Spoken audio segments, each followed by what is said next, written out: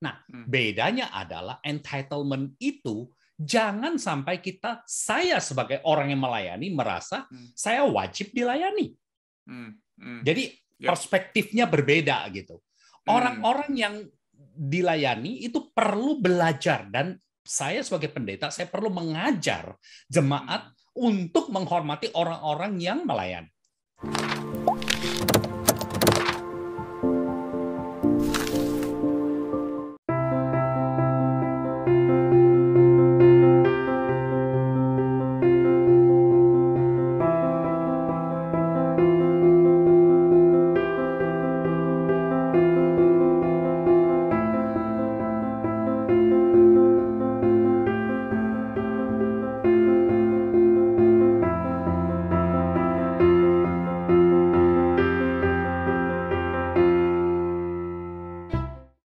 Salam sejahtera bagi para pendengar dan penonton Ngopas, dimanapun Anda berada. Nama saya Pendeta Kian Holik dari Sydney, Australia. Selamat datang di channel Ngobrol Pastor, Ngopas, di mana kita akan membicarakan dengan santai topik-topik yang berhubungan dengan pelayanan kita dan juga kehidupan kita sebagai hamba-hamba Tuhan ataupun aktivis Kristiani, baik di gereja maupun di organisasi Kristen.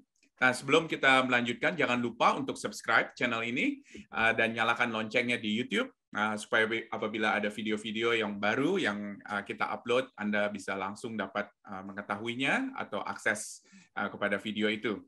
Nah, di edisi yang nomor 30 ini, kita akan membicarakan satu topik yang berjudul entitlement di dalam kehidupan seorang hamba Tuhan. Begitu ya. Dan di tengah-tengah kita ada dua narasumber. Yang pertama adalah narasumber yang pernah hadir di Ngopas sebelumnya, yaitu Pendeta Hengki Chok dari Los Angeles. Dan narasumber yang kedua adalah yang pertama kali Ibu Maimunah Natasha, dan mudah-mudahan tidak menjadi yang terakhir kali ya Bu ya di Ngopas.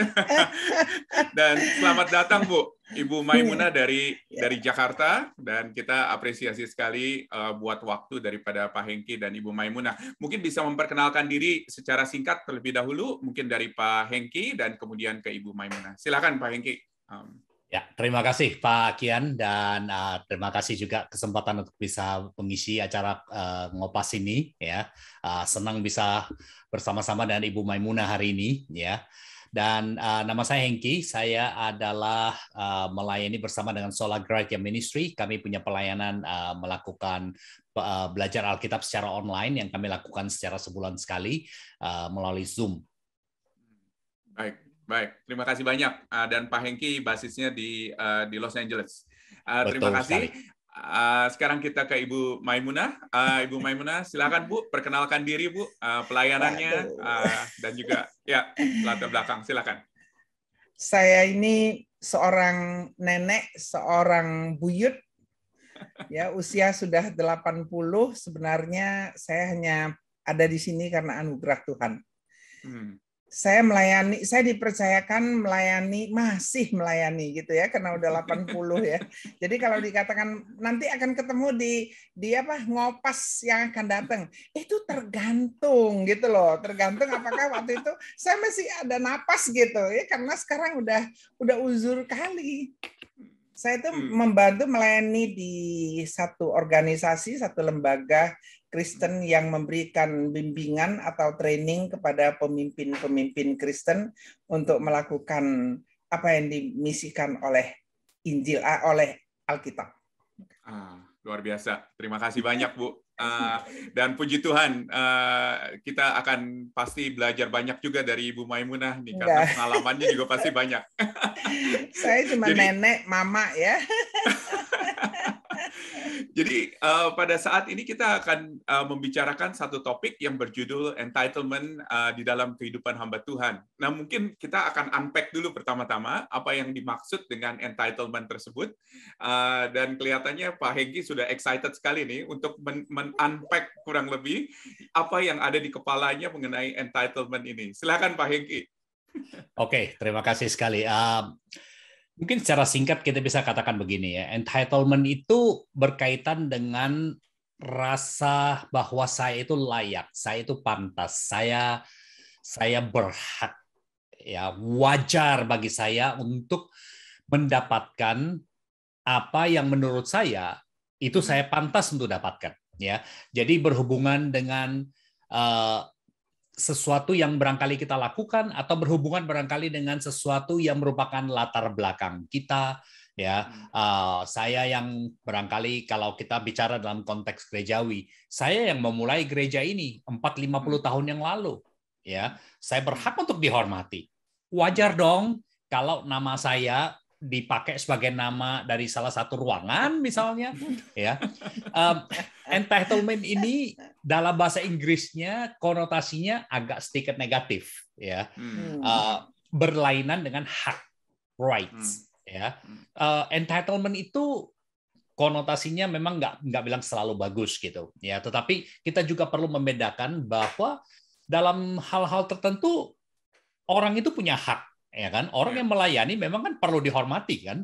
Alkitab kan mengajar kayak kita kayak gitu. Orang-orang yang sudah mendahului kita memang perlu dihormati. Cuman barangkali yang kalau kita bicara entitlement ini, Pak Kian dan Ibu Maimunah, dalam pandangan saya itu kita lihatnya dari segi bahayanya kalau kita merasa hak kita itu terlalu besar gitu, ya. Mungkin kira-kira gitu. Ibu Maimunah barangkali punya definisi yang lebih bagus ini. Silakan Bu Maimunah. Semua sudah diceritakan oleh Pak Hengki. Saya pikir ya memang demikian ya. Cuma kalau kita dengar kadang-kadang kan kita bilang, waduh ini anak betul-betul ya. Dia itu betul-betul entitlement gitu. Artinya ini papa mamaku loh. Atau aku sebagai anak atau orang tua juga bisa demikian. Bukan hanya di pelayanan di gereja, tetapi di orang tua juga kadang-kadang, lu kan anak gue gitu loh. Jadi sebagai orang tua, aku harus dihormati. Sekarang ini nggak bisa loh. Zaman-zaman milenial sekarang nggak bisa, orang itu berpikir sangat tajam, sangat kritis gitu. Jadi sama di gereja, di pelayanan, orang yang memiliki entitlement itu adalah orang yang begitu perfectionist ya. Dia merasa bahwa semua yang dia lakukan itu paling baik, paling benar, dan dia harus dihormati. Jadi kalau saya menganggap entitlement itu, kalau sekarang saya lihat kadang-kadang, maaf ya, ini nggak mengganggu karena ini semua pendeta nih ya. Saya ini bukan pendeta loh. Jadi kadang-kadang saya bisa berpikir agak aneh sedikit ya. Kalau melihat misalnya ada yang march in gitu ya, pendeta march in dengan stolanya yang keren, kemudian dengan tongkatnya itu ya. Saya langsung ingat gitu loh. Nah itu entitlement. Entitlement. Mengapa? Karena di zaman Yesus yang dia bawa itu kan handuk ya. Itu sebenarnya terjemahannya untuk handuk ya. Jadi apa yang dia pakai itu dengan sebaskom air. Tapi sekarang yang kita pergunakan adalah stola dan tongkat. Jadi kita itu menganggap bahwa apa yang kita lakukan itu, bahkan tadi yang kata Pak Hengki ya, konotasinya itu bisa negatif. Karena entitlement itu kadang-kadang hal kecil yang kita lakukan, kita besar-besarkan sedikit gitu ya. Kita besar-besarkan. Kemudian kalau yang orang lain lakukan, kita kecil-kecilkan supaya tetap aja kita yang mendapatkan apa yang kita mau. Baik, terima kasih. Bagi saya konotasinya agak negatif ya, sorry. Ya, nggak apa-apa. Dan ini adalah suatu waktu yang luar biasa berharga sekali karena kita perlu juga sudut pandang dari orang-orang yang memang boleh dikatakan tidak memiliki title atau tidak ada di dalam lingkaran kehidupan hamba Tuhan, tetapi bisa untuk memberikan kritik yang sehat begitu ya kepada hamba-hamba Tuhan. Khususnya mengenai masalah ini. Nah, kalau misalnya kita melihat secara praktek ya, tadi Pak Hengki dan Ibu Maimunah sudah menyebut beberapa contoh begitu loh. Nah, supaya orang bisa mengerti apa yang dimaksud dengan entitlement ini, bisakah memberikan contoh-contoh yang real, yang konkret, tanpa menyebut nama tentunya, bagaimana ada kasus-kasus yang mungkin kritis gitu ya, di mana ada orang-orang tertentu atau hamba-hamba Tuhan tertentu yang merasa bahwa he is entitled to be this atau to be that. Silakan, mungkin Pak Hengki terlebih dahulu dan kemudian ke Ibu Maimunah sekali lagi. Silakan Pak Hengki. Ya, saya nggak akan berani nyebut orang lain karena saya sendiri saya tahu saya mungkin berkali-kali, bukan hanya sekali, saya berkali-kali jatuh dalam cobaan atau jebakan feeling entitled. Misalnya begini, ya, saya melayani udah bisa dikatakan cukup lama, lebih dari 30 tahun. Dan saya bersyukur, saya diberkati Tuhan untuk punya kesempatan untuk melihat anak-anak bimbingan saya itu sekarang menjadi hamba Tuhan. Oke. Nah, di dalam 30 tahun lebih pelayanan, saya melayani hanya di 2 gereja. Jadi rata-rata cukup lama. Bisa melihat orang-orang yang ada di dalam, orang-orang yang dulu saya bimbing dari remaja, sekarang menjadi hamba Tuhan, menjadi dosen. Ya kan? Saya bisa merasa bahwa itu jasa saya. Dan saya akan bohong kalau saya katakan saya tidak pernah merasakan bahwa itu jasa saya. Saya yang dulu melayani kamu, saya yang dulu membaptiskan kamu, dulu waktu kamu baru lahir aja, saya yang di rumah sakit doain kamu, orang tua kamu waktu kamu lahir, ya kan? Nah, sekarang ini pelayanan. Ibu Maimunah kelihatannya banyak pengalamannya kalau soal ini. Oh iya, beliau pasti lebih banyak. Karena jadi kita merasakan bahwa karena kita sudah punya pengalaman seperti itu, orang-orang tuh jadi wajib untuk mendengarkan kita gitu. Ya, kita lalu menyamakan bahwa karena pelayanan saya sudah lama, saya punya otoritas lebih tinggi, otoritas lebih besar dari orang lain. Orang tuh harus dengar cara saya, harus ikut cara saya. Ya. Nah, ini yang menjadi masalah besar kadang-kadang dalam bukan hanya organisasi Kristen, di perusahaan biasa pun ya. Ketika pendirinya itu masih ada di sana, salah satu cirinya adalah biasanya perubahan itu sulit sekali untuk dilakukan. Sulit sekali untuk ada inovasi baru, sulit sekali untuk ada cara baru untuk masuk ya. Dan tadi Ibu Maimunah sempat singgung anak-anak sekarang itu beda. Ya kan? Dunia yang berbeda, tapi kemudian kita sebagai orang tua selalu mengatakan jangan lupa ya, kamu itu dulu saya yang besarin kamu, saya yang sekolahin kamu. Nah, itu salah satunya. Nah, mungkin salah satu pertanyaan side question-nya ialah apakah ini semata-mata kultural sebetulnya permasalahan ini? Ataukah memang ini adalah sesuatu yang setiap orang memiliki masalah ini atau setiap kultur memiliki masalah ini? Saya nggak tahu nih apakah Pak Hengki atau Ibu Maimunah, mungkin Ibu Maimunah kali ya yang lebih berpengalaman ini. Apakah ini kultural, Bu, ataukah ini memang sesuatu yang semua manusia punya begitu loh mengenai masalah entitlement? Silakan Bu Maimunah. Dua-dua benar, bisa kultural, bisa juga karena itulah namanya manusia ya. Saya ambil contoh yang paling ringan. Saya ini orang awam ya. Kadang-kadang itu saya ini kan sudah tua. Saya kalau lihat dari jauh itu susah, dengar juga susah misalnya ya. Jadi kursi di gereja itu di depan itu selalu saya yang duduk. Tapi bukan karena entitled. Not because of I'm entitled for that ya, bukan. Tapi memang udah biasa. Percaya atau tidak, kalau saya datang, saya lihat misalnya ada worship leader yang duduk di situ, bukan di situ lah, pokoknya di depan saya nggak peduli yang mana gitu kan. Saya bisa merasa, aduh, saya sekarang nggak bisa duduk sih. Tapi saya selalu sadarkan bahwa no, it is not yours. Mereka itu duduk hanya buat mereka itu lebih mudah untuk naik panggung gitu loh. So saya selalu sadar. Tapi yang sering yang kita lihat adalah ini contoh ya, maaf Pak Pendeta ya. Kadang-kadang kalau pendeta itu kan sering sekali, quote and quote, sering sekali, enggak semuanya, ingin menempatkan diri ya di situ gitu loh. Andai kata itu tempat didudukin orang, bisa bilang, ini kan kursinya pendeta gitu lah kira-kira. That's entitlement. Ini kan kursinya pendeta gitu. Terus kalau duduk itu ya harus di kepala, ya seperti sekarang yang Pak Hengki duduk, Pak Kian Hoa duduk, Pak Kian Holik kan itu betul-betul itu memang itulah dia. I am the only one, kira-kira begitu. Enggak sampai segitu jauh sih.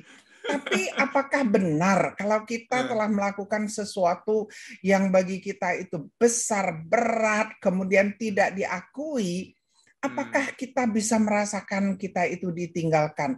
Jawaban saya adalah yes and no. Ya, yes and no. Artinya wajar kalau kita berpikir, aduh seharusnya mereka ingat lah gitu. Tetapi jangan sampai kita itu mengklaim bahwa, kalian kok lupa nama saya. Nah, that's not good. Gitu loh ya.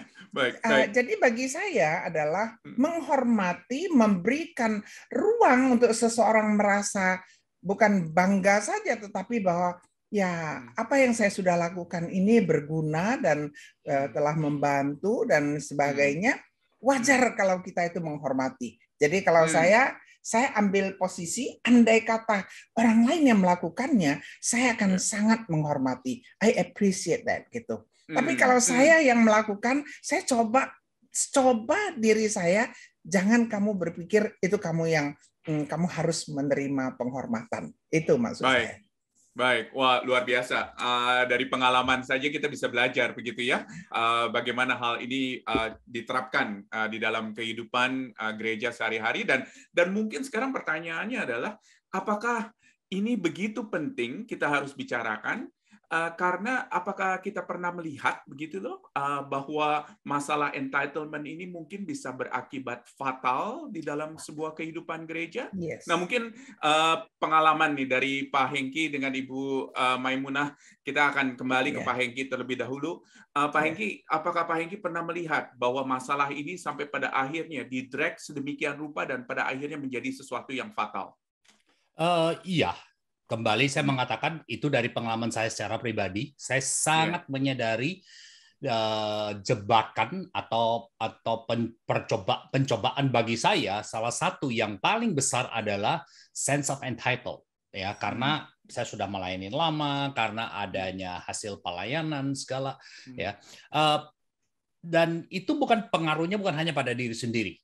Kalau saya bisa coba untuk lebih detail, misalnya, itu dampaknya itu terhadap diri sendiri, itu membuat saya, ketika saya merasa bahwa saya tidak mendapatkan apa yang seharusnya saya dapatkan, rasa anger, rasa resentment, ya, rasa marah, rasa tidak puas, itu akan muncul. Ya, karena kenapa? Saya seharusnya diperlakukan seperti ini, atau saya tidak seharusnya diperlakukan seperti ini. Ya, itu akan muncul. Cuman sekarang, nah tadi yang Pak Kian tanyakan, apakah ini kultural atau manusiawi? Itu dua-duanya. Ya, menurut saya ini manusiawi sekali, karena Alkitab berkali-kali berbicara mengenai ini, dan bahkan kalau kita melihat cerita misalnya Kain dan Habel, itu bicara mengenai entitlement. Kenapa Kain marah-marah? Dia merasa dia entitled. Kenapa kok malah Habel yang diterima oleh Tuhan?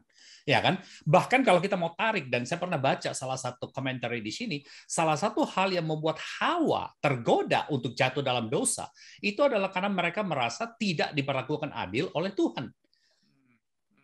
Cobaan dari iblis itu kan, kalau kamu makan buah ini, kamu akan menjadi seperti Tuhan. Dengan kata lain, saya ini punya potensi untuk berkembang, tapi ternyata Tuhan itu put a lid, gitu, tahan supaya saya nggak berkembang. Why? It is within my right untuk berkembang. Saya berhak untuk menjadi seperti Tuhan. Kenapa saya kok dilarang, gitu? Ya. Nah, itu manusiawi, tapi juga kultural, karena kultural dan pengertian barangkali ada budaya tertentu kita terbiasa untuk menekan perasaan kita, jangan ngomong, jangan angkat diri sendiri. Budaya Asia kita tidak banyak bicara mengenai aku, saya, bahkan dalam banyak bahasa itu kita kalau menyebut diri kita sendiri kita katakan kita, gitu.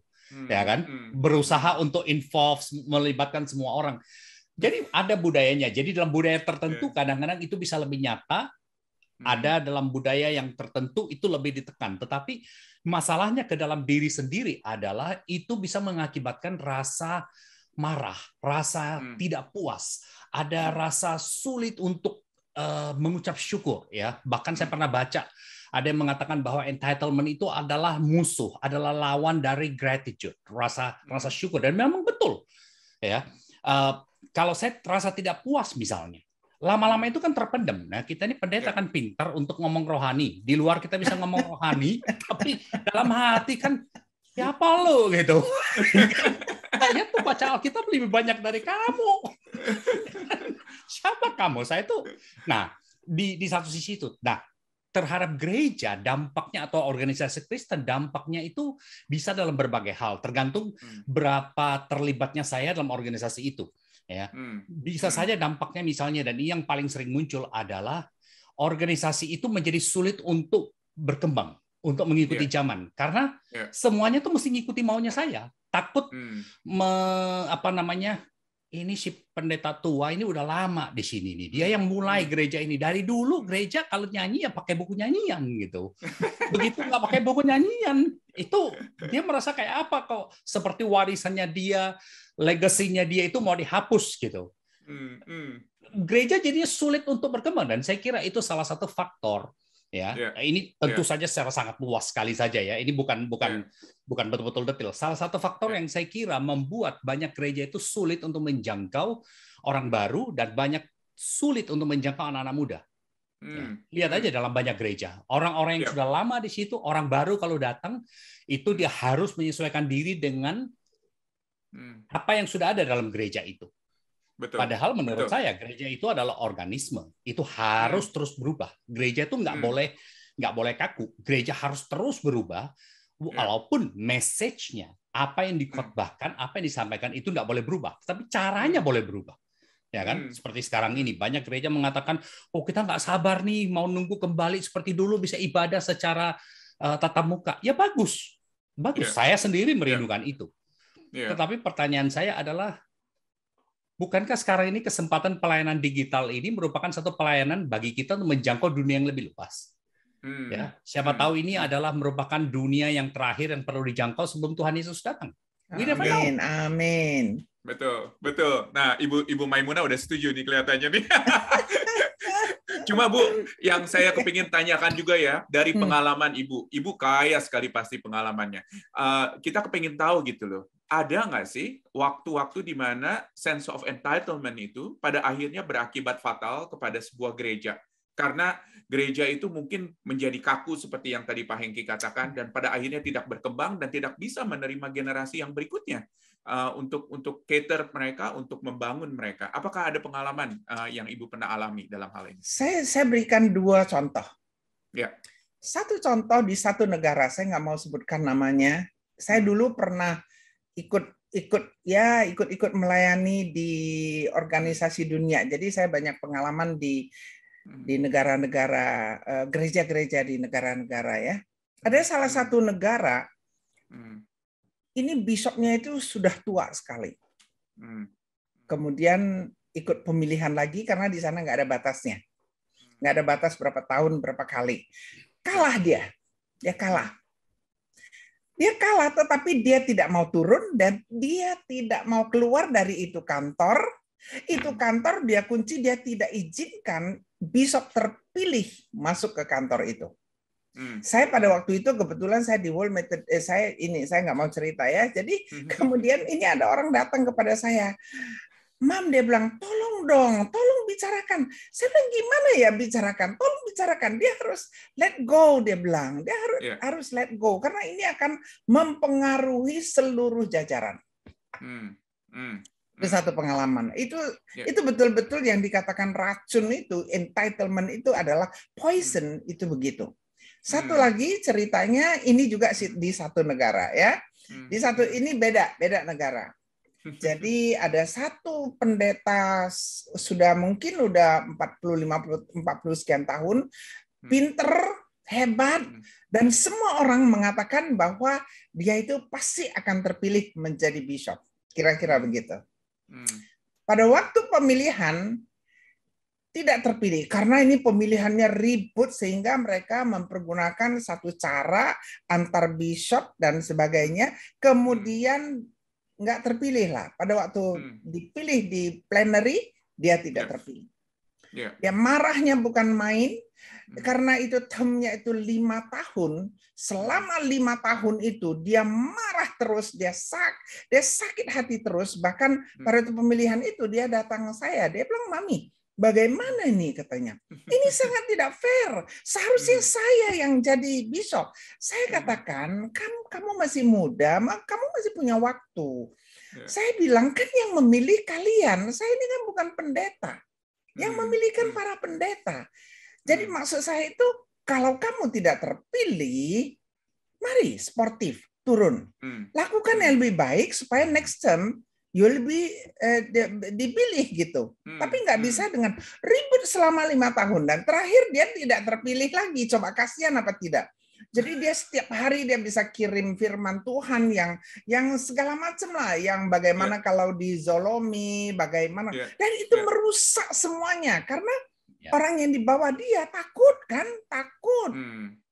Dan pelayanan dia itu juga tidak efektif karena yang keluar dari bibirnya semua adalah kalimat-kalimat yang negatif. Jadi betul-betul permasalahannya kelihatannya kalau misalnya saya coba summarize tadi dari pembicaraan kita, ada masalah kultur, ada masalah manusianya, dan kelihatannya sekarang ada masalah pribadinya nih kelihatannya. Apa betul begitu, Bu? Betul. Orang sangat ingin dihargai. Saya kasih satu contoh lagi ya, boleh ya? Satu kali saya ini dulu pernah mengajar di satu fakultas, ya dosen bersama-sama dengan satu pendeta yang muda, yang keren, yang hebat gitu. Saya bukan pendeta. Satu saat dia terpilih jadi bishop, ya, dan dia sudah jadi bishop sekian lama. Saya lihat ini dia berbeda sekali. Pada waktu dia bishop, jalannya beda, bahasanya beda, suaranya yang keluar juga beda. Bahkan speed dari kalimatnya juga beda. Ini terjadi sekian lama. Satu saat kita lagi berada di satu negara, di Brasil saya katakan ya. Kemudian ya kita sama-sama di sana kebetulan. Waktu begitu saya datang, begitu dia lihat, hai, dia bilang, Maimunah, long to see you, dia langsung peluk saya. Saya bilang, kamu kok aneh, saya bilang. Kok bisa jadi begitu ramah? Saya bilang, selama ini kamu nggak gini ramah. Ya kan maaf lah, saya ini kan bishop. Ya, jadi dia harus jaim begitu kurang lebih ya. That's entitlement. Ya.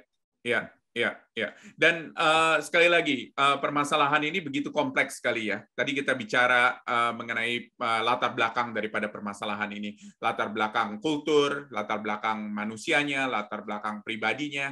Ada masalah lain mungkin yang mendukung adanya sense of entitlement yang berlebihan pada akhirnya. Mungkin ke Pak Hengki terlebih dahulu dan kemudian nanti ke Ibu Maimunah lagi. Pak Hengki, apakah ada ini observasi lain begitu loh di dalam permasalahan-permasalahan yang bisa menyebabkan hal ini? Ya, saya kira nggak tahu ini apakah betul-betul masalah lain atau merupakan bagian yang kita sudah bicarakan. Cuman barangkali perlu kita angkat dengan lebih tajam adalah begini. Seseorang yang melayani itu memang harus dihormati. Alkitab berkali-kali ngomong seperti itu. Dari awal, bisa dikatakan dari Kejadian sampai dan akhir. Penghormatan terhadap orang-orang yang mendahului kita, orang-orang yang melayani kita, itu bolak-balik dikatakan dalam Alkitab. Jadi itu kembali, itu bukan hanya budaya, tapi itu juga Alkitabiah. Ya kan? Orang Israel, keturunan Israel, mereka disebut sebagai keturunan Abraham. Bolak-balik nama Abraham disebutlah. Adam di mana? Kok nggak ada Adam? Kok nggak ada di atasnya Abraham apa semua itu? Terah itu di mana? Kan nggak ada, ya kan? Tetapi di situ menjadi satu contoh. Allah itu kemudian disebut juga sebagai apa? Allah Abraham, Allah Ishak, Allah Yakub. Bolak-balik mereka diingatkan. Ingat nenek moyang kamu. Ingat orang-orang yang sudah mendahului kamu. Ya, waktu orang Israel keluar dari Mesir, sepanjang perjalanan mereka, saya pikir capek mereka membangun monumen. Di mana-mana mereka pergi, mereka membangun monumen untuk mengingat kembali orang-orang yang mengalami peristiwa itu, peristiwa-peristiwa yang terjadi. Dan itu semua kan diajarkan pada mereka. Jangan sampai mereka lupa. Jangan sampai mereka lupa. Nah, rasa penghormatan terhadap orang yang melayani itu merupakan sesuatu yang harus ada di dalam gereja, di dalam organisasi Kristen. Nah, bedanya adalah entitlement itu jangan sampai saya sebagai orang yang melayani merasa saya wajib dilayani. Jadi perspektifnya berbeda gitu. Orang-orang yang dilayani itu perlu belajar, dan saya sebagai pendeta saya perlu mengajar jemaat untuk menghormati orang-orang yang melayani. Kalau saya tidak melakukan itu, berarti saya selektif di dalam mengajarkan apa yang diajarkan oleh Alkitab. Ya, kadang-kadang pendeta itu kalau berkhotbah nggak berani khotbah soal seperti itu, nggak berani khotbah soal persembahan, ya takut dipikir lari. Milih-milih ya, milih-milih khotbahnya. Padahal nggak boleh, itu nggak sehat. Kita ngajar gereja itu kan mesti the whole Bible secara sistematis. Jadi di sisi lain, tetapi dari sisi saya, entitlement itu adalah berkaitan apakah saya akan mempergunakan hak saya untuk dihormati itu. Ya, kalau saya bisa, Pak Kian dan Ibu Maimunah, kalau kalian nggak keberatan, saya mau ambil 2 contoh dari Alkitab yang menurut saya itu sangat relevan. Nomor satu itu adalah satu cerita yang sebetulnya kita sudah kenal dengan baik. Perumpamaan tentang anak yang hilang. Ya. Perumpamaan tentang anak yang hilang itu di dalam Lukas 15 kalau nggak salah ya. Ya, 15. Itu jelas sekali berbicara mengenai entitlement. Dua-duanya merasa entitled. Yep. Si anak yang bungsu, papanya belum mati, udah minta warisan. Dia merasa dia berhak punya warisan itu. Ya kan? Ngotot minta dibagikan. Dia pergi. Nah, si anak yang sulung, dan ini anak yang sulung ini saya anggap selalu saya melihat, itu saya sebagai pendeta. Memang kalau lihat Lukas 15, kelihatannya anak sulung itu dipakai untuk menunjukkan orang-orang ahli, orang-orang Farisi, ahli-ahli Taurat, orang-orang Saduki, pokoknya tokoh-tokoh agama kan. Betul. Anak sulung itu masalahnya muncul, entitlement-nya itu muncul kenapa? Waktu adiknya pulang, dia mengatakan, adik saya itu sudah nggak berhak lagi. Saya selama ini ikut papa, membantu papa. Dia mengatakan apa? Kamu nggak pernah kasih saya kambing untuk saya pesta dengan teman-teman. Kamu nggak pernah menghormati. Dia merasa dia sudah menanamkan investasi, tapi kemudian tidak dihargai, tidak dihormati. Papanya sampai harus keluar dan mengatakan, apa yang saya punya itu adalah punya kamu. Dia nggak bisa melihat itu. Dia cuma selama ini melihat, aduh saya ini susah banget kerjanya, sama dengan budak, sama dan ini tidak ada yang menghargai saya. Lukas 15 itu dua-duanya berbicara mengenai apa? Dua orang yang merasa entitled, tapi dengan cara yang berbeda-beda. Ya kan? Nah, kemudian bagian lain lagi itu dalam Filipi pasal 2. Ya, Filipi pasal 2 ayat 1 sampai 11 itu berbicara mengenai Tuhan Yesus. Dan bagi saya itu ini kalimat yang saya nggak pernah bisa ingat, nggak pernah bisa betul-betul mengerti. Di mana dikatakan Tuhan Yesus itu mengosongkan dirinya, dia tidak mempertahankan keserupaannya dengan Allah sebagai milik yang harus dipertahankan. Itu. Dengan kata lain, kalau kita pakai topik kita hari ini, Yesus tidak merasa bahwa karena dia adalah Allah, lalu dia entitled untuk diperlakukan sebagai Allah. Walaupun kita katakan ya dia Allah, memang harus diperlakukan sebagai Allah. Tapi kemudian kalimat berikutnya, ayat berikutnya mengatakan apa? Dia mengosongkan dirinya, dan ini yang bagi saya betul-betul saya nggak bisa ngerti. Dia bukan hanya mengambil rupa manusia, tapi mengambil rupa seorang hamba, bukan hanya hamba, tapi bahkan sampai mati di salib. Dan kalau kita tahu budaya waktu itu, orang yang mati di salib itu adalah orang yang dikutuk. Orang Romawi, warga negara Roma itu tidak boleh disalib karena itu sama sekali tidak berperi keromaan, gitu. Ya kan itu sudah terlalu rendah, hanya orang barbar. Saya pikir Yesus kok gitu ya? Turun dari manusia saja itu sudah luar biasa. Sekarang bahkan matinya tuh mati di salib yang orang Roma aja mengatakan ini terlalu rendah. Ya kan? Makanya di dalam surat Korintus dikatakan salib itu kan menjadi batu sandungan. Orang-orang Gentiles itu tidak bisa mengerti bagaimana kok juru selamat kamu itu yang di atas salib itu yang. Tapi Alkitab mengatakan Yesus tidak mempertahankan. Makanya kemudian, nah ini di sini haknya dikatakan dalam ayat berikutnya, di situ Allah kemudian meninggikan dia. Dari turun rendah sekali, Allah mengangkat dia menjadi apa? Setinggi-tingginya sampai nama di atas segala nama dan segala lutut di dunia ini bersujud kepadanya. Jadi itu kontrasnya di situ. Turun rendah sekali, naik tinggi sekali. Lukas 15 berbicara mengenai dua orang yang berbicara yang merasa entitled.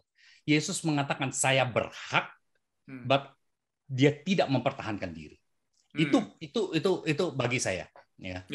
Ya, luar biasa. Jadi memang ini sebetulnya grounded sekali di dalam kebenaran Alkitab, dan kita tadi sudah melihat gitu ya dari Alkitab dari ujung ke ujung bagaimana bicara mengenai entitlement, dan bagaimana banyak orang juga mencoba untuk melihat dan mempertahankan ya entitlement itu begitu loh di dalam kehidupannya. Dan kita melihat juga contoh yang kontras dari Tuhan Yesus. Terima kasih sekali lagi Pak Hengki. Luar biasa ini karena kita bukan hanya sekedar bicara kehidupan manusia, tetapi memang ini adalah sesuatu yang digambarkan di dalam Alkitab gitu ya. Nah kita mungkin pindah ke Ibu Maimunah sekarang. Ibu Maimunah, saya yakin dan percaya Ibu banyak pengalaman nih di dalam hal ini, dan terutama ya mungkin apakah ada gitu loh hamba-hamba Tuhan yang mungkin tidak sadar kalau mereka memiliki permasalahan ini begitu ya. Lalu kira-kira bagaimana indikasinya kalau misalnya ada hamba-hamba Tuhan yang mungkin Ibu amati yang mungkin mempunyai masalah ini tetapi nggak sadar begitu loh Bu. Apakah ada Bu? Silakan Bu Maimunah. Bukan kalau ada, banyak sekali. Banyak ya. Banyak sekali. Hampir rata-rata ditemukan, tapi nggak semua lah ya, nggak semua ya. Bahkan kadang-kadang ada yang tidak berani mengaku. Jadi mengatakan tidak, tapi sebenarnya kita bisa rasakan. Itu lebih bahaya lagi. Saya senang dengan apa yang dikatakan Pak Hengki, bahwa saya merasa bahwa saya berjasa, saya ini gitu kan. Tapi kan saya juga harus bisa mengerti. Saya pikir cukup jujur ya mengatakan hal yang demikian. Walaupun mungkin di dalam hati Pak Hengki itu, tapi kan sebenarnya saya kan nggak menuntut begitu. Tapi saya sadar bahwa sebenarnya saya itu entitled gitu. Tapi banyak sekali dimanapun itu adalah problem yang sangat besar, sangat besar. Belum lagi misalnya kalau ini contoh aja misalnya pendeta yang kita katakan bahwa ya nggak tahu ya kalau di gereja-gereja yang beda kan kadang-kadang ada ya satu dua beberapa ini pendeta yang dia merasa bahwa itu memang itu hak dia, memang itu adalah itu entitled. Sehingga semuanya dia itu mau borong, dia mau ambil namanya sampai sepertinya orang lain itu tidak ada. Nah itu sangat berbahaya. Sangat berbahaya. Saya kebetulan memang sudah tua, jadi kadang-kadang pendeta-pendeta itu ya masih segan lah sama saya orang tua gitu ya, maaf panggil saya Mami. Kadang-kadang saya berani ngomong, saya masih berani ngomong lah sedikit-sedikit gitu ya, walaupun sebenarnya nggak layak lah saya ngomong gitu. Tapi saya belajar. Saya belajar. Contohnya misalnya, saya sekarang ini karena udah tua, saya kan malas berdiri. Malas ya kalau misalnya lagi duduk makan siang gitu, nanti ada aja yang ambilin minum lah segala. Apakah dia itu pendeta, apakah dia itu guru Injil, semua mereka ini. Saya selalu katakan bahwa sorry ya, this is not entitlement.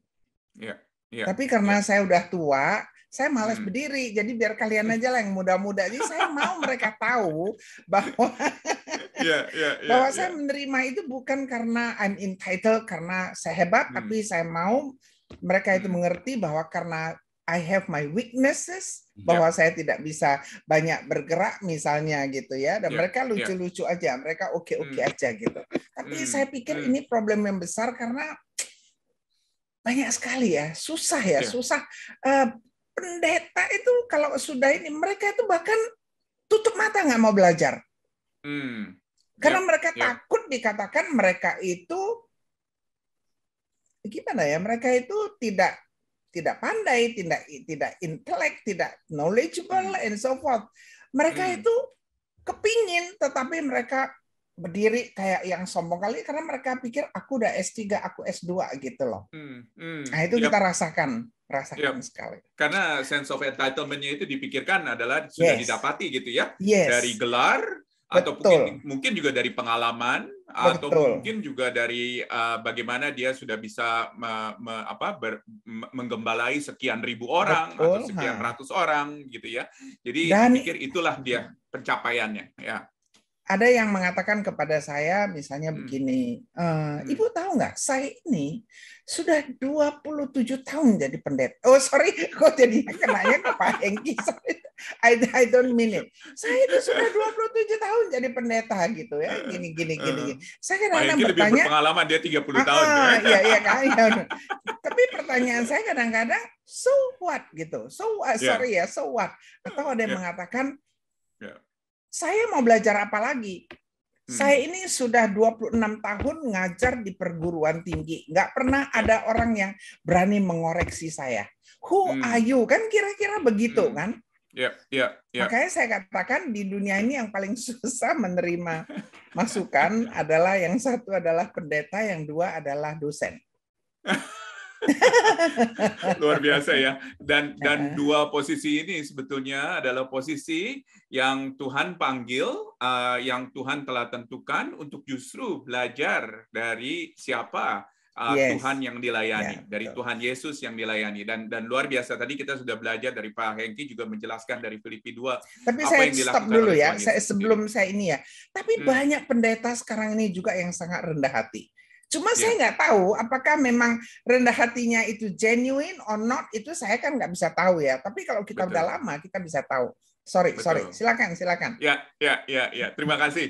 Nah, sekarang kita akan masuk nih kepada bagian yang terakhir, di mana kita akan mencoba untuk membantu para hamba-hamba Tuhan yang mendengarkan ini, dan mungkin juga bagi mereka yang mempunyai permasalahan ini, untuk bisa keluar, boleh dikatakan, dari permasalahan ini, atau untuk bisa melihat bahwa mereka tidak boleh terjerumus di dalam masalah ini. Nah, kita akan coba membantu. Apakah ada kiat-kiat khusus, ada langkah-langkah khusus yang diberikan oleh Pak Hengki dan Ibu Maimunah kepada para hamba Tuhan supaya apakah tidak terjerumus ataukah juga keluar begitu ya dari permasalahan ini. Mungkin ke Pak Hengki terlebih dahulu dan kemudian nanti ke Ibu Maimunah. Silakan Pak Hengki.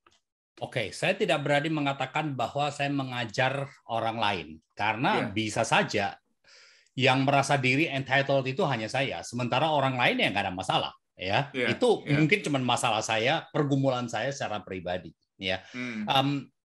Jadi yang saya ingin bagikan ini, yang saya ingin share ini barangkali adalah kalau saya bisa katakan caranya saya, ya, berusaha untuk mengatasi apa yang saya tahu merupakan cobaan, merupakan jebakan, ya. Nah, saya cuma mau mengatakan bahwa sekali lagi godaan untuk entitled itu adalah sangat manusiawi sekali, sangat manusiawi sekali. Bahkan kalau saya mikir Yesus waktu dia dicobai di atas gunung, tiga pencobaan itu semuanya adalah apa yang dia entitled for. Dia berhak, wajar. Orang lapar suruh batu jadi roti apa susahnya sih? Dia bisa dan dia berhak. Puasanya udah selesai kok. Masa itu aja berdosa, ya kan? Hal-hal yang seperti itu, dia itu dia berhak, ya.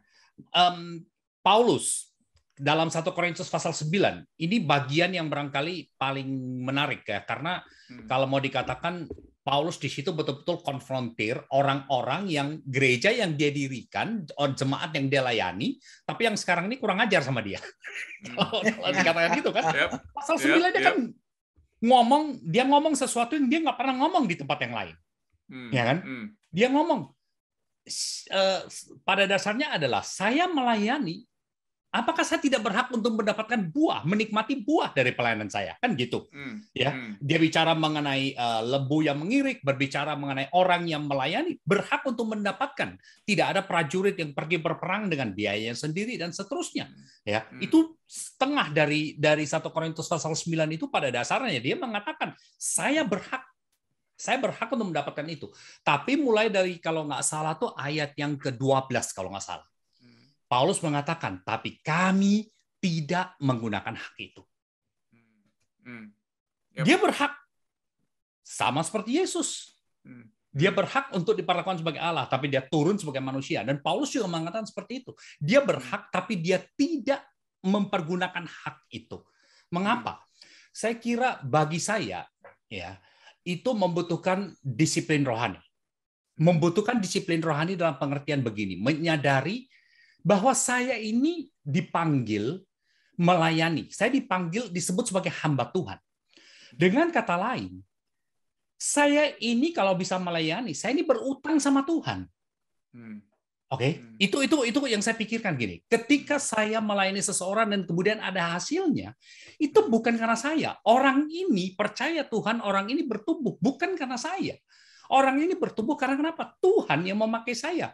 Dan kalau mau kita jujur pikir, dan saya pernah merasakan ini, kalau mau dikatakan Tuhan tuh berbicara di telinga saya, barangkali itu betul-betul kedengaran suara Tuhan. Kalau mau pakai istilah gitu. Saya masih ingat waktu itu saya sementara melayani di satu sekolah teologi, acara kepemimpinan.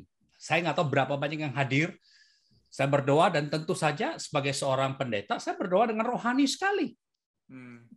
Doa yang saya selalu pakai, Tuhan, pakailah saya menjadi saluran berkat-Mu kepada semua orang yang hadir. Sederhana, sangat rohani, sangat alkitabiah. Hari itu, saya tuh seperti mendengar Tuhan tuh berbisik di telinga saya mengatakan, siapa kamu? Kenapa saya mesti pakai kamu? Saya tuh kayak kaget gitu ya. Apa Yep. salahnya sih doa kayak begitu? Kan, Betul. saya rendah hati kok. Saya menyerahkan diri. Apa salahnya? Tapi Tuhan itu mengingatkan saya, kamu tuh siapa? Saya nggak perlu memakai kamu untuk memberkati mereka. Saya bisa memberkati mereka secara lebih langsung, dan berkat saya kepada mereka langsung itu barangkali jauh lebih besar daripada yang kamu bisa lakukan. Kamu tuh pengantara yang tidak perfect, yang barangkali akan spoil message yang mau disampaikan. Ya kan? Orang jadi tidak mau datang kepada Tuhan karena khotbahnya tuh nggak menarik gitu. Karena yang khotbah tuh malas persiapan. Bisa gitu. Bukan firman Tuhannya kan? Saya waktu itu betul-betul terhenyak gitu. Tuhan bisa memberkati orang ini secara langsung. Kenapa harus ada saya? Kenapa Tuhan mau pakai saya? Jadi dengan kata lain, saya menyadari kemudian bahwa ketika orang-orang ini mendapatkan berkat, itu bukan karena saya. Ya, dan ini kembali lagi, Alkitab waktu itu ada beberapa contoh ya. Tuhan Yesus bahkan dia secara langsung mengajarkan hal itu. Dia mengatakan bahwa ketika seorang hamba, siapakah di antara kamu yang punya hamba, katanya. Kalau dia pulang dari ladang, lalu tuannya mengatakan, oh ya kita makan sama-sama yuk, kamu udah capek bekerja. Enggak, tuannya akan mengatakan apa? Kamu masak, kamu persiapkan makanan untuk saya, layani saya, dan habis itu baru kemudian kamu makan. Ya kan? Dan kemudian hamba itu harus mengatakan apa setelah kita melayani? Bahwa saya itu tidak lebih daripada seorang hamba. Saya hanya melakukan apa yang dipercayakan pada saya. Dengan kata lain, yang saya berusaha tanamkan pada diri saya adalah ketika saya melayani dan melihat hasil, itu bukan karena saya. Mereka tuh orang-orang yang merupakan hasil pelayanan saya itu bukan berutang kepada saya. Justru sebaliknya, makin banyak hasil itu, saya makin berutang kepada Tuhan. Karena siapa saya? Tuhan pakai saya untuk menjangkau mereka ketika Tuhan itu bisa secara langsung untuk menjangkau mereka. Jadi kalau saya pakai satu kata barangkali yang kita perlu sekali di sini adalah disiplin rohani itu adalah kita mengubah ekspektasi kita. Jadi bukannya kita expect atau berharap orang menghormati kita. Kita justru makin kita melayani lama dan makin kita melihat hasilnya, kita itu justru harus makin pikir, Tuhan, terima kasih, Engkau mempercayakan saya makin berutang kepadamu. Dan melalui orang-orang yang merupakan hasil pelayanan kita ini, kita mengatakan, Tuhan, saya justru makin berutang kepada kamu, melihat orang-orang ini datang kepadamu, melalui pelayanan saya. Kita bersyukur, ya, kita bersyukur, tetapi juga di sisi lain, harusnya makin menyadari, saya ini nggak layak loh, saya ini nggak pantas. Alkitab kan bilang, makin banyak diberi, makin banyak dituntut. Ya kan? Jadi bagi saya yang penting sekali di situ yang saya sebut sebagai disiplin rohani ya, untuk mengubah harapan kita bahwa kita itu bukan mau dihargai oleh manusia, orang tidak berutang kepada kita. Kita yang berutang pada Tuhan. Saya melayani bukan sebagai investasi. Saya melayani, kalau saya bisa pakai istilah ini, untuk membalas budi kepada Tuhan yang tidak akan pernah selesai, tidak akan pernah habis. Dan luar biasa ya, maksudnya temptation-nya begitu besar untuk kita nggak berpikir seperti itu tentunya di dalam kehidupan kita sebagai hamba-hamba Tuhan. Dan itu betul-betul membutuhkan sebuah disiplin yang luar biasa untuk kembali lagi, melihat lagi apa yang menjadi dasar kita, siapa kita, kenapa kita dipilih oleh Allah. Dan juga terutama contoh yang sangat praktis yang diberikan di dalam Tuhan Yesus Kristus, yang tadi kita belajar juga dari Filipi pasal yang kedua. Ibu Maimunah, ada saran Bu, ada kiat Bu buat hamba-hamba Tuhan yang mendengarkan ini supaya nggak terjebak atau mereka bisa keluar begitu loh dari hal ini? Silakan Bu. Saya nggak berani memberikan nasihat atau kiat-kiat apalagi kepada hamba Tuhan ya. Saya hanya ingin mengatakan bahwa sebenarnya pada waktu kita itu diberi napas, diberi kehidupan, kita itu sudah harus bersyukur. Kalau kita diberi tempat melayani, kita itu sudah harus bersyukur. Saya sering sekali berpikir sebenarnya saya tidak layak. Tidak layak sebenarnya, tapi Tuhan mau pakai untuk bersama-sama dengan teman-teman yang lain untuk melayani. Bagi saya itu sudah more than enough gitu. Jadi saya sendiri tidak pernah bukan mengatakan saya ini orang baik, mungkin di sana sini yang saya tidak tahu ya, tapi saya sendiri tidak merasakan. Bagi saya kalau kita bisa betul-betul hidup di dalam firman, tahu seperti di Roma 12:3 dikatakan, do not ever think higher than you should. Ya, jadi kita jangan berpikir bahwa kita itu lebih tinggi yang seharusnya gitu loh. Jadi memang itulah kita. Saya waktu saya usia berapa tahun ya, waktu saya di tahun 91, saya itu pernah mengaku saya ini Kristen yang Kristennya udah tua. Saya 38 baru kenal Tuhan Yesus. Jadi saya Buddha ya. Jadi kadang-kadang di dalam kehidupan begitu berhasil sehingga begitu proud of myself, you know. Sampai satu saat itu di tahun 90 saya mengatakan begini kepada Tuhan, God, now I know without you I'm nobody. Nah, sejak saat itu saya selalu berpikir kalau saya masih hidup, kalau saya masih bisa melayani, kalau saya masih bisa mengajar, bisa khotbah, that's all privilege. Jadi kalau memang itu privilege, I have nothing else to be proud of myself. Jadi kalau misalnya nggak ada lagi itu artinya ya ini. Jadi ingatlah Tuhan menciptakan kita, kemudian Tuhan mengasihi kita, mau kita hidup di dalam Dia. Kita lihat misalnya dari Matius 25 cerita tentang talenta ya. Jadi pada waktu seseorang itu bisa memproduk 5 dari 5, dia itu tidak bisa memproduk 5 keuntungan itu tanpa modal yang 5 itu. Sedangkan yang 5 itu bukan milik dia. Itu adalah milik Tuhan. Jadi kalau hari ini misalnya gitu ya, saya bisa melakukan hal-hal yang lumayan besar gitu. Saya harus tahu bahwa otak saya, ya, kesehatan saya, napas saya, itu semua kan dari Tuhan. All the ingredients come from God. Kalau tanpa itu saya nggak bisa menghasilkan. So jangan sombong melihat hasil yang kita lakukan, yang kita dapatkan, yang kita hasilkan. Tapi kita harus tahu untuk bisa mendapatkan hasil ini loh. Kamu dipercayakan dengan kesehatan. Saya hari ini 80 tahun diberi kesehatan, diberi sukacita, diberi anak yang luar biasa, cucu, mam. What else do you want? Wow, puji ya kan? Tuhan. Puji Tuhan. Jadi bagi saya adalah itu yang saya katakan, I want to live my life to the fullest. Bukan karena saya hebat. I have nothing to worry about. Ya udahlah, just let me live my life to the fullest. Supaya kalau aku mati nanti nggak ada yang aku ini. Coba Tuhan berikan, kita simpen. Kita nggak mau pakai. Tuhan berikan, kita simpen. Jadi gendutlah kita. Gendut bukan karena makanan, gendut karena berkat dari Tuhan. Terus kita tidak lakukan. Itu sama saja dengan yang menerima 1 talenta. Jadi yang diterima, mari dilakukan. Apapun yang kita hasilkan, it is not from me alone. Ya, jadi saya selalu ingat bahwa jadi kalau di gereja kalau ada pendeta yang tidak berani khotbah tentang uang, panggillah saya.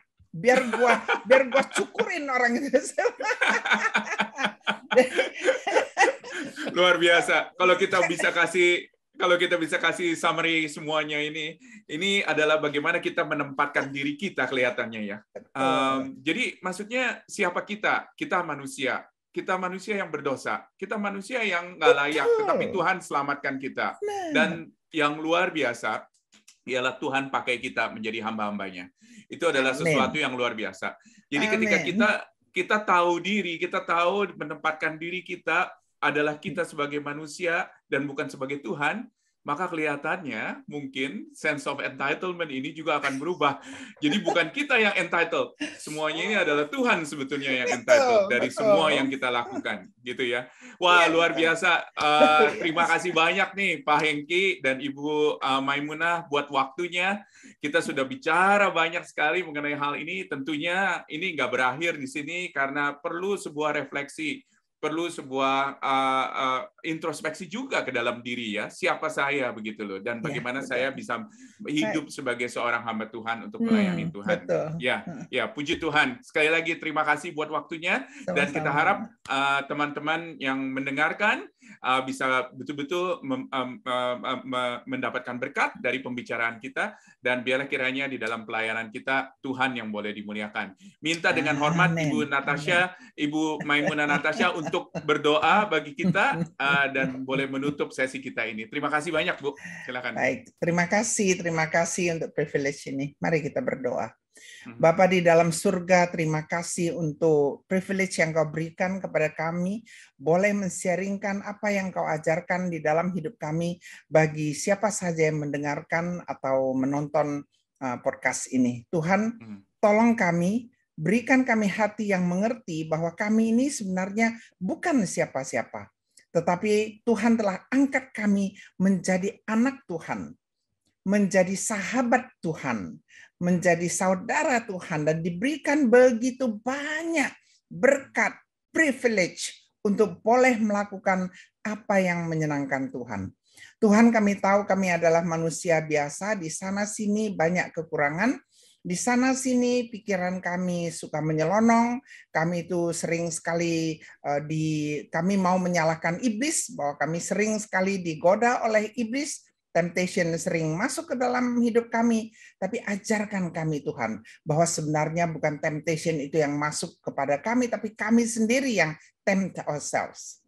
Ajarkan kami untuk bersyukur, ajarkan kami untuk mengerti bahwa berkat-berkat Tuhan tidak bisa dihitung dengan kalkulator, dengan komputer, apapun itu. Jadi berikan kami hati yang memiliki rasa syukur dan menjalankan hidup kami untuk membalas rasa syukur atau membalas kasih setia Tuhan, berkat Tuhan melalui setiap langkah kami melayani Tuhan di dunia ini, dimanapun kami berada. Apakah itu di keluarga kami, apakah itu di dalam gereja, di komunitas, bahkan di seluruh dunia. Pada waktu kami diberi kesempatan melayani, diberi kesempatan untuk memperlihatkan betapa luar biasanya Tuhan melalui hidup kami, ajarkan kami bahwa itu adalah satu privilege. Terima kasih Tuhan, jauhkan kami dari semua pikiran entitlement. Jadikan kami anak-anak Tuhan yang takut akan Tuhan dan melakukan apa yang Tuhan ingin kami lakukan dengan ucapan syukur. Terima kasih untuk Pak Hengki yang bersama-sama dengan kita, dan juga bersyukur untuk Pak Kian yang telah memberikan kami kesempatan. Terima kasih, biarlah semua kami dan setiap kita yang menonton ini juga diberkati. Dalam nama Tuhan Yesus, Juru Selamat kami yang hidup, kami telah berdoa. Amin. Amin.